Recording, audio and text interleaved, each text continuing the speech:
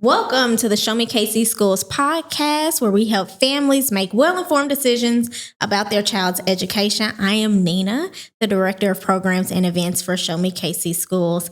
Today, we are going to learn about private school and the ways to afford a private school education for your student and the application process that goes along with that. To help us in this conversation, we have Laura Linn, who is the Director of Admissions and Financial Aid with Pembroke Hill.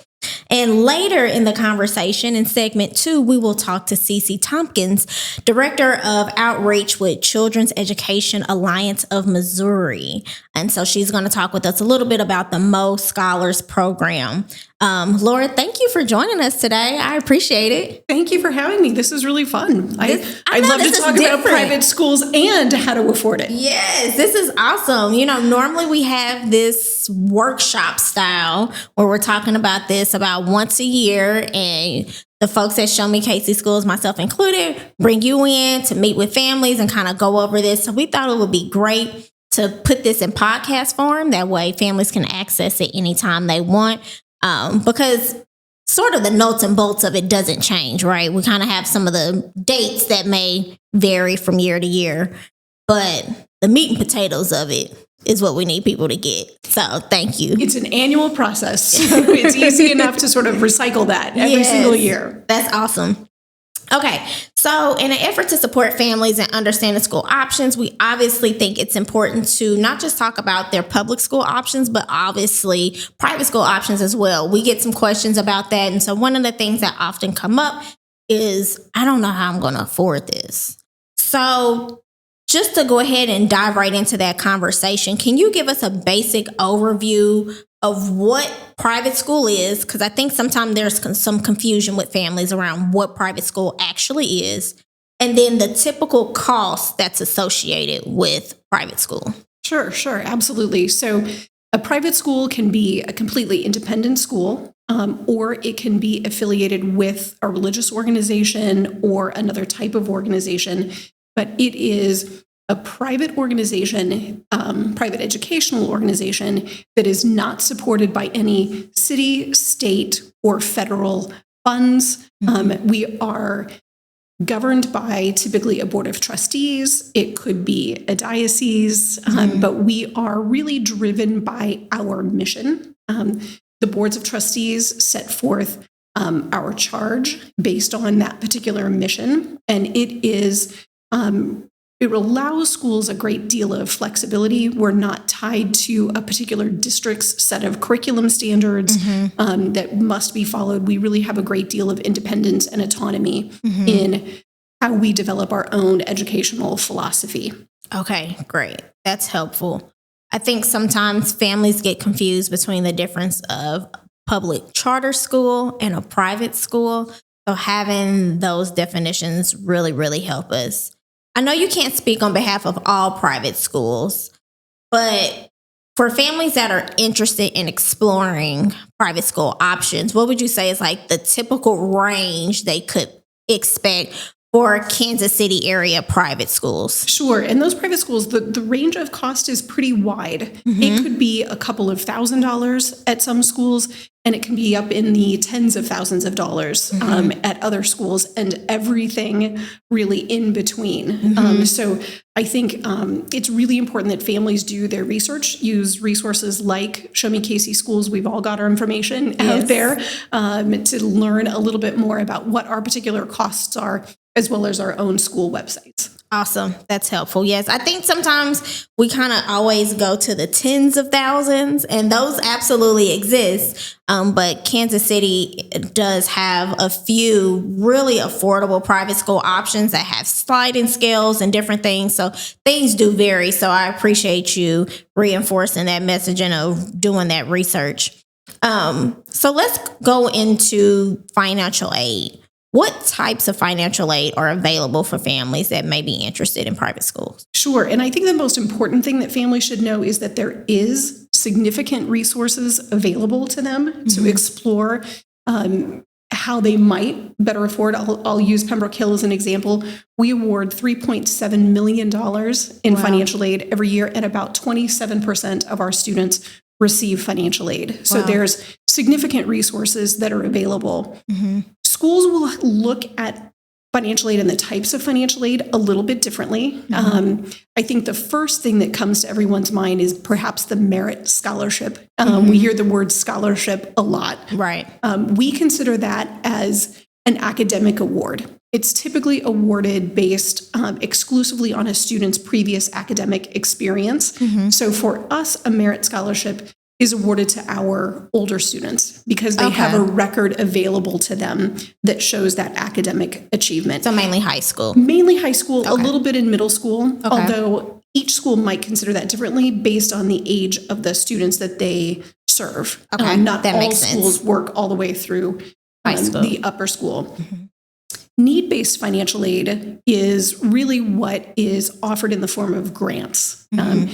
Free money, it's not anything that has to be paid back, and it's going to be based on a variety of pieces of information that I think we'll probably get into in a need-based financial aid application. Okay. And those grants can be, again, anywhere from a couple of $100s to tens of thousands of dollars based on that particular information.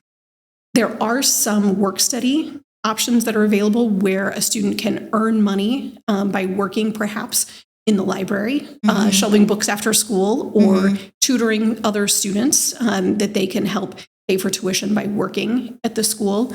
And then there are also some options for loans that are available that some institutions offer loans. We at Pembroke Hill don't offer student loans, but they are available at some organizations. Okay, that's good to know. So if families are interested in accessing maybe those grants, what's the process like for that to get qualified, and how does that typically work? Sure.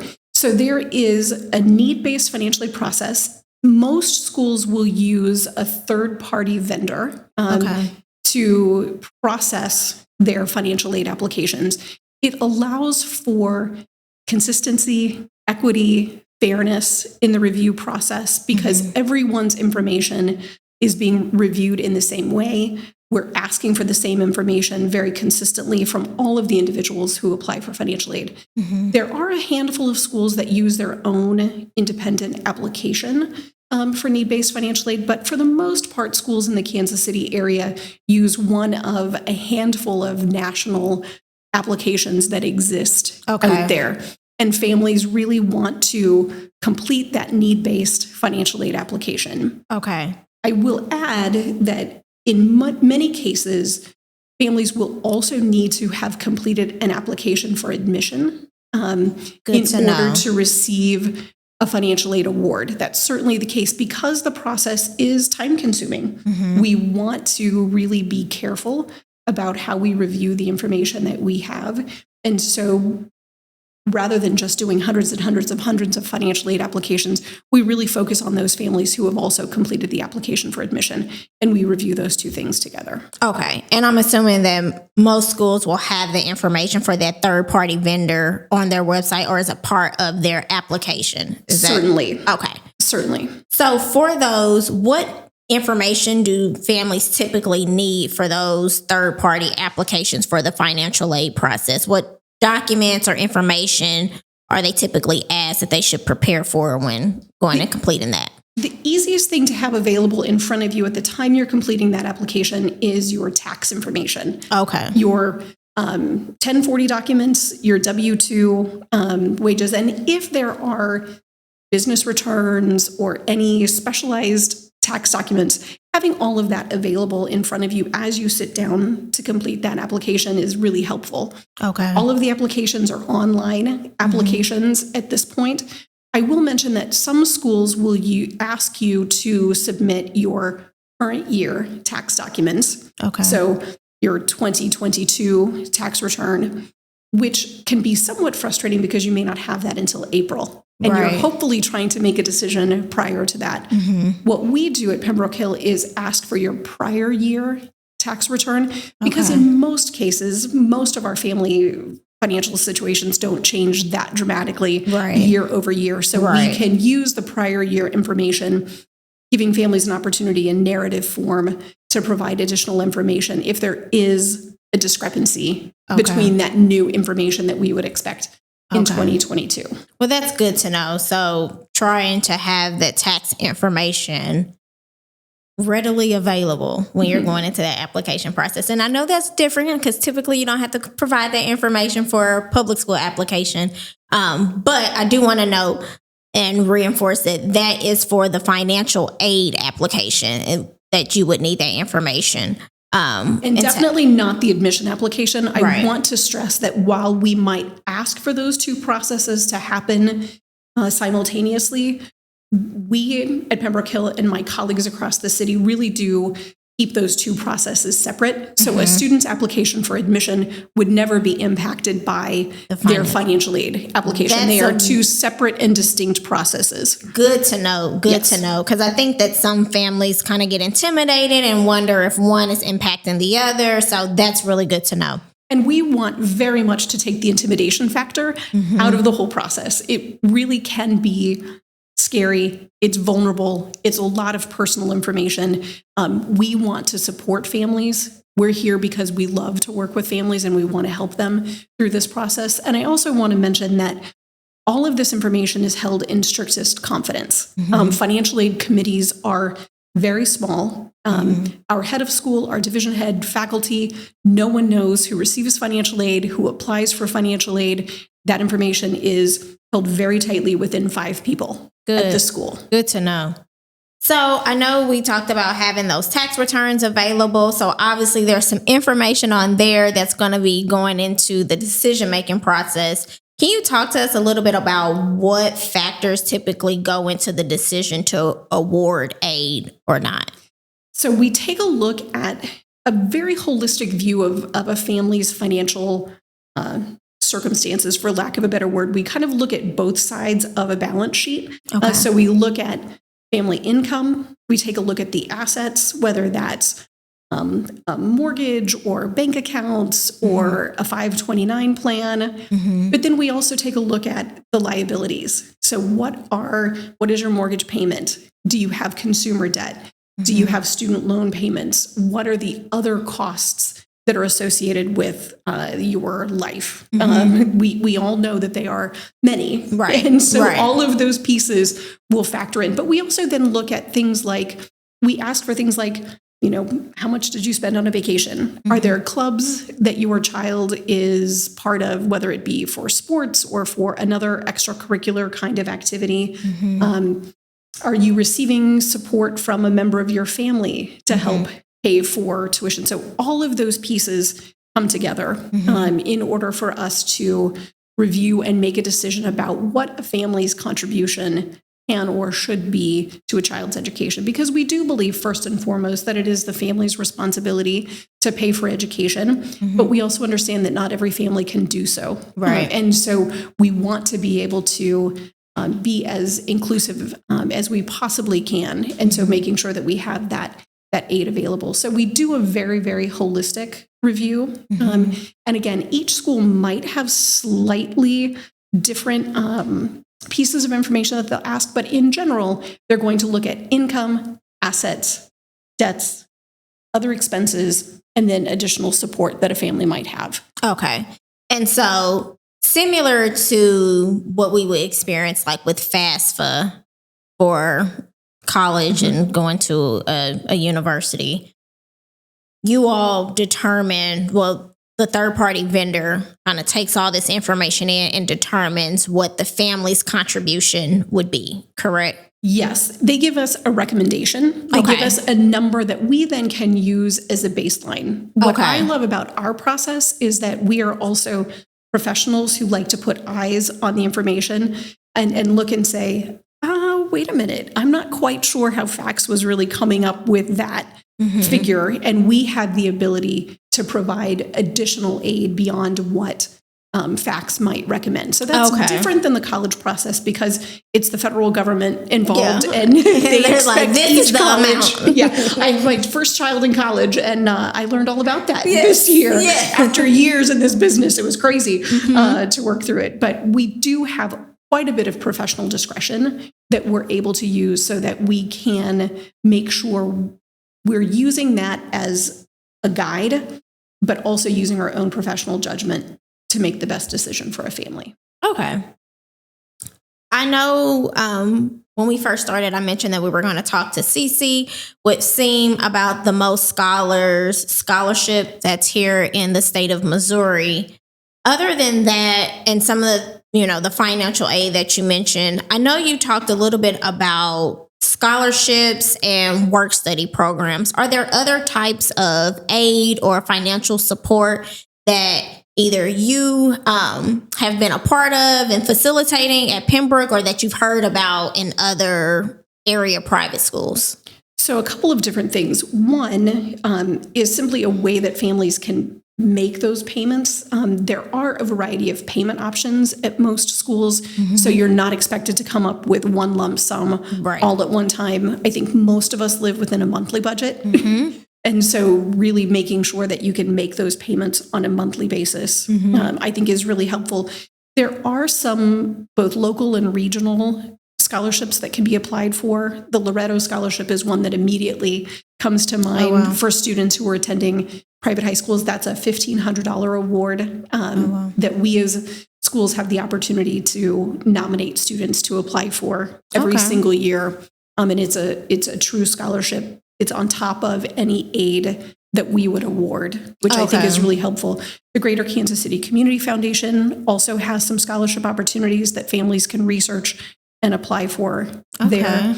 I also encourage families, if they haven't either started a 529 plan or looked into that, families can now use 529 to pay for private school education at the secondary level. And so I'm no tax expert. I always encourage families to consult their tax preparer, but it's a way for them to both fund a 529 and also take some out to pay for private school.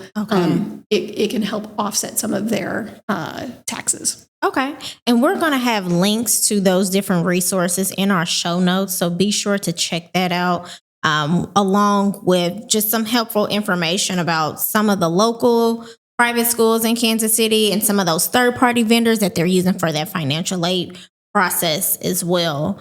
I do also want to mention, I know I talked a little bit about it before, but there are a couple of private school options in the Kansas City area that have sliding scale payment options. Some of them are using like a free reduced lunch family household income to kind of determine what payments look like. So definitely come out to the Show Me KC Schools City School Fair that's held every single year on the second Saturday of November. That's a great opportunity to talk to representatives like Laura, to talk about their application process, talk more about what their financial aid process is. And the sooner you can do that, the better. I do want to take a minute to talk about the typical timeline for that families should have in mind when they're going through the application and the financial aid process. So I would say, if you think about seasons, I would say late fall, early part of the winter is when most financial aid applications will open, but they won't be due to schools until the new year. So January or February is when they would be due. And then our process is that families would apply in November. The applications open in November, I should say. And then they're due by January 1st. We have our first admission decisions that go out the middle part of February. And again, our objective, even though we will review students' information completely separately, an admission decision is not impacted at all by financial aid, but we want to be able to communicate those two things at the same time, which happens the middle part of February. Now, some schools have a slightly later process. They may not make an award until March.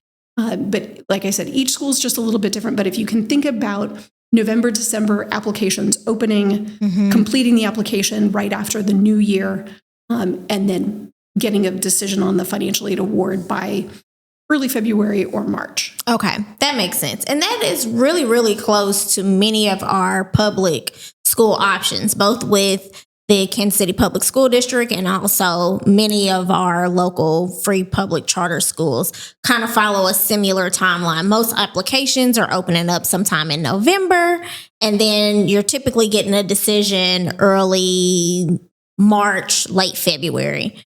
So that's really helpful. So the last thing I'm going to ask you to leave us with is any advice that you have for families that are considering a private school education. Sure.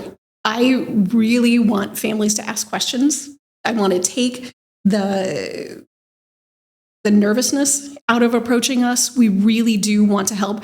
And I also want to encourage families not to use their neighbor as their best resource. Ask the professionals. Everybody has a story about what worked, what didn't work. Oh my goodness, this was the most awful thing, or this was the best thing. But go through the process. Don't assume that you can't afford a private school. There are lots of resources available.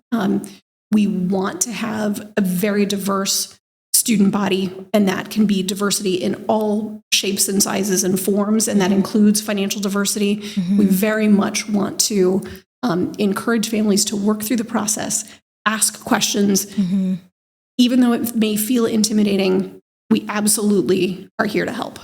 That's awesome. Well, Laura, thank you so much for joining us. I appreciate it. I'm glad we were able to get this information out to families who are interested in private school or just wanted to learn more about what that process is like. Thank you so much for joining us today. I appreciate it. Thank you. All right. So we're going to take a break. And then when we come back, we're going to talk to Cici about the Mo Scholars Program. Welcome back to the Show Me KC Schools podcast. I am joined by Cici with Children's Education Alliance of Missouri. Thank you for joining us, Cici. Thanks so much, Nina, for having me. No problem. So if I'm looking down, it's because I'm looking at my notes. This is a new setup for us. We've never done the screen record. So shout out to Cici for being the first one on the Show Me KC podcast to do a virtual session on the podcast. Okay, so I often refer to the Children's Education Alliance of Missouri as SEAM. So we'll use that going forward. Cici, could you tell us more about SEAM and what it is that you all do? Yeah, so SEAM we're a 501c3 nonprofit. We're a small organization that works statewide, and we have thousands of advocates across the state that are advocating for better quality education options for families. And we work on the state level, so we work on K through 12 education policy. And so what that looks like is we're regularly taking parents and other advocates. I use the term parent pretty loosely, but any advocates passionate about education to the state capitol to connect with legislators, make sure their voices are heard, because often at the state capitol, legislators are only hearing from lobbyists and school administrators, and it's just important for parents also to have their voice heard at the education table where decisions are being made. Awesome. So in the first part of this episode, we talked with Laura Linn, who talked to us a little bit about private school financial aid options, different scholarships and grants and things like that that are available. And I know that Mo Scholars is an option for families here in Missouri.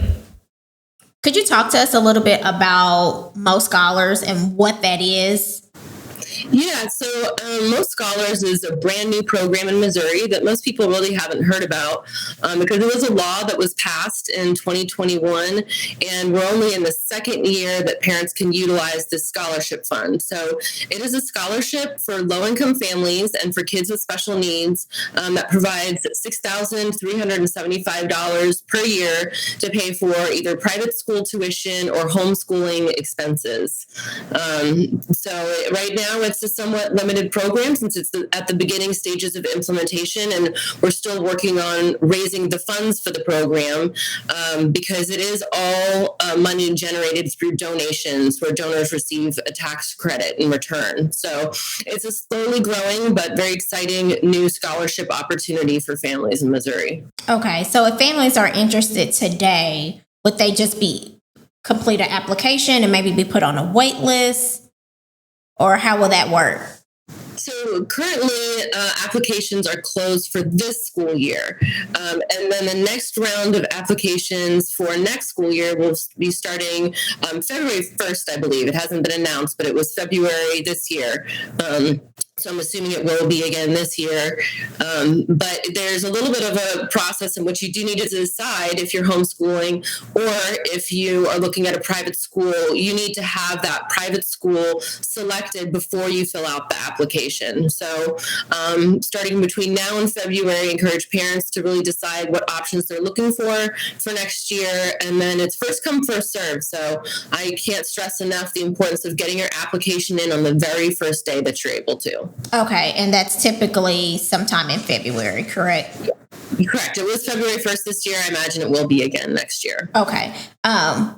We'll continue to reshare this podcast and things like that. And so for folks that are listening, maybe next school year, in the 24, 25 school year and things like that, we kind of want to give them a general understanding of like when to expect applications. So it sounds like the top of February is around the time. So I would encourage families to start looking at that. December, January, things like that, just so you're familiar with what those dates are. We will include the website in our show notes, so feel free to utilize that so you can get an accurate date and timeline on what that would look like.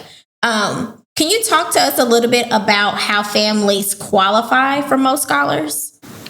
So there's two ways that families qualify. You either qualify based on income, or you qualify if your child has had an IEP, which is an individualized education plan for kids with special needs within the past 3 years in a public school. It doesn't have to be a current active IEP, but it needs to have been active within the past 36 months. And then a little bit more about that. So if you are a student, if your student has has had an IEP in the past 3 years, you can already be in private school and qualify to receive those funds. If you are qualifying based on income, you do need to be either coming from a public school or entering kindergarten or first grade. And then I should also add on, there's 2 tiers. So the first tier prioritizes the students with special needs, as well as the 100% free and reduced lunch rate. And then once those scholarships are fulfilled, they open it up to 200% free and reduced lunch rate. And so to give you an idea of what that is, it's $111,000 combined income for a household of 4. So it really is expanded to many more families than just low income. Okay. And so for those students that qualify based on having that IEP, what services or supports are in place for those students that are maybe transitioning from a public school option that's getting special education but wants to explore private school, and they qualify for Most Scholars because of that IEP? Are there services and supports in place to continue those IEPs? So that's a good question. I'm glad you asked that, because I think there's this idea that students in private schools, or that private schools don't service students with special needs. And I just think it's really worth looking into your options. For example, I was just updating our website the other day and discovered a new school that's been added to the list that's in the Kansas City area called Horizon Academy. And they specialize just in students with learning disabilities. And another place to possibly look for some schools that are inclusive and really handle all types of disabilities is going to be the Fire Foundation. They give out grants to Catholic private schools to be able to make accommodations for those students. And then I'll add on as well that students with IEPs in private schools, a lot of those private schools offer, have space within their buildings, or even sometimes outside of their buildings at the public schools, for students to receive additional services that may not be happening at that school. And I've actually spoken with many families that says that the school doesn't necessarily specialize in that, but just being in a smaller classroom size and having that one-on-one attention has really met the needs of their students that weren't being met in their traditional public school. Okay, so would you agree that it would be wise of families to really research those private school options, talk to those representatives about what sort of accommodations or services may be available to them be it inside the school, outside the school, contracted services, or what that is. So they kind of have an idea of what to expect.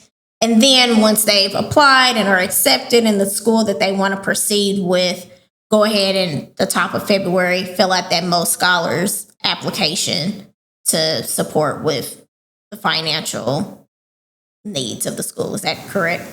Yes, families definitely are going to have to do some research because different private schools service different types of disabilities, and some may be able to serve a wide variety of learning disabilities, but maybe not the more severe disabilities. But what I would like to include on that, though, is that the scholarship funds are not limited to just the tuition costs at your school. So say you're a parent that's already paying for your private school tuition, but you don't have the extra funds to pay for the therapies, the tutoring, the other services that you need to support your child. You can actually use all of that $6,375 to pay for all those additional supports. And that's if they're in a private school setting. Is that correct?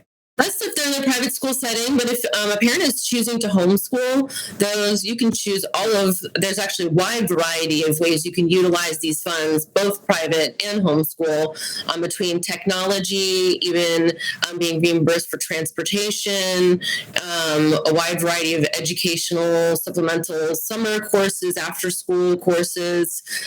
So homeschoolers looking into this program should consider the wide ways that they'll be able to use those funds. Okay. Is curriculum one of those ways as well that they could potentially use it for? Yes. Okay.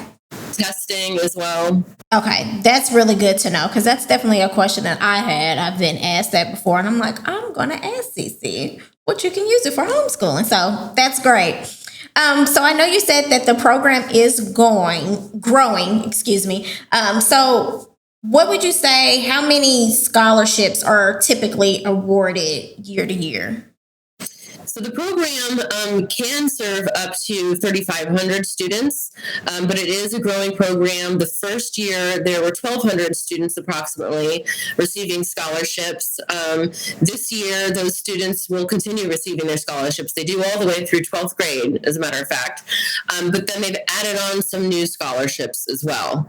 And then the program does slowly, incrementally increase year by year. But we are actually seeking to expand this program to the full statewide, all areas of the state, for any family interested in receiving a scholarship.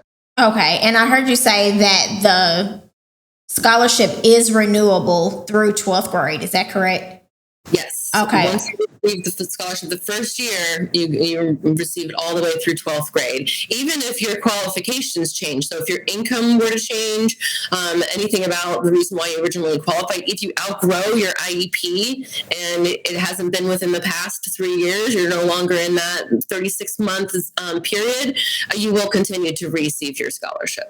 Okay, that's good to know. So if families have questions or need support with filling out the application, is there someone that they should talk to or that they can contact? You can contact me directly. My email is cici at seamteam.org. That's CEAMTEAM.org. And then my phone number and email is all over our website, which is showmeschooloptions.org.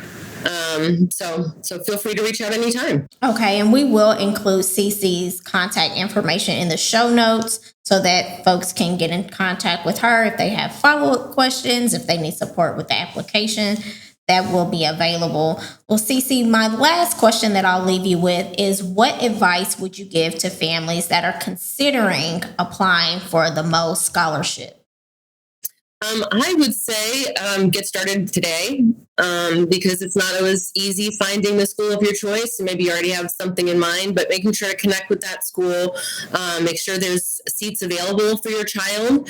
As part of the application process, it wasn't required in the past. It could change, I don't know, but they didn't require an actual acceptance letter, but you do need to select the school to know which organization you'll be applying through. And you can find this information on our website, but there's 6 different, they call them EAOs, education educational assistance organizations that represent schools all across the state. But you will be applying directly through them and receiving scholarships from them. So you'll have to start by picking your school to know which EIO to apply through. And again, it's first come, first serve. So get the ball rolling now. Pick out your schooling situation that you're looking into, and make sure I know families who get on at midnight on February 1st, and I don't think that's a terrible idea. So do it early. Okay, that's great. Well, Cici, thank you for sharing about the Most Scholars Scholarship Program. I want to encourage families. There's been a lot of information in the short amount of time around private school affordability. Feel free to go back, take notes, re-listen. It's available for you to utilize. We're going to have contact information for our guests in our show notes. So if you need to reach out to them, you can absolutely do that. And then the folks, myself included, at Show Me KC Schools will be available to support you as well. Really want to encourage folks, again, to attend those annual city school fairs that happens the second Saturday in November. That is a great opportunity to meet with these private schools, figure out which ones do accept the Most Scholars Scholarship, so you can be prepared when those applications come around. So if you have any questions, feel free to grab our contact information in the show notes. We'll be happy to assist you. Thank you all again so much for listening to Show Me KC Schools podcast, and we'll see you next time. Show Me KC Schools is committed to providing you with vital information that supports you while you support your child on their educational journey. Connect with us on social media at SMKCS and on YouTube at Show Me KC Schools and on all your favorite podcast platforms.